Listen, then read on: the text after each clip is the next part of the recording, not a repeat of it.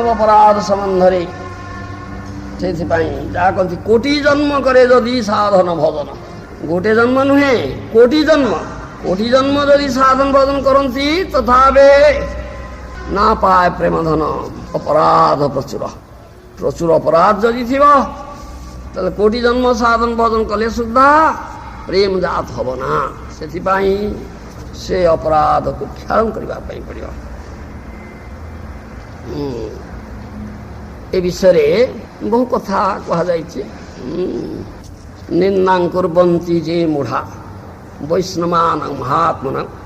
पतन्ति पितृविषाद महारौरव संगीते हन्ति निंदन्ति वैद्वेष्टि वैष्णवान् अभिनन्दति क्रुध्यते जाति नो हर्षम दर्शने पतनाट स्कंद पुराण रे कहाई वैष्णव को निंदा करन्ति तापरात वैष्णव को निंदा करिबा वैष्णव को विद्वेष करिबा वैष्णव को हनन करिबार चेष्टा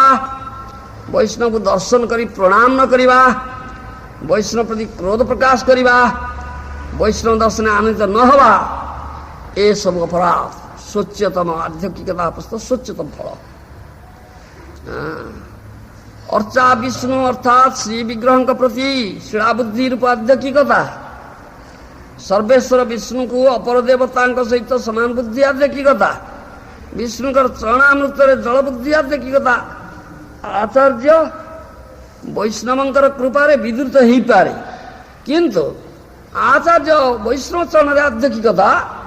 परिपुष्ट कौन रक्षा करता ना जे बंधुहीन विश्व एकमात्र आम रक्षक अंगरे जदि आम बाणविद्ध करवा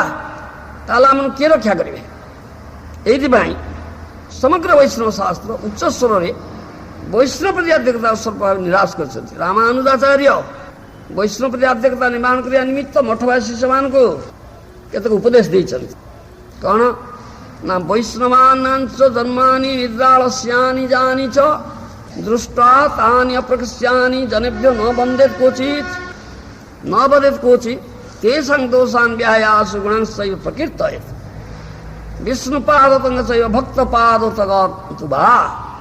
प्राकृतेषु च पश्यस्सु न पीबत्वयमुत्तमं तत्त्रयस्य ज्ञानेन श्री रहस्यत्रयस्य च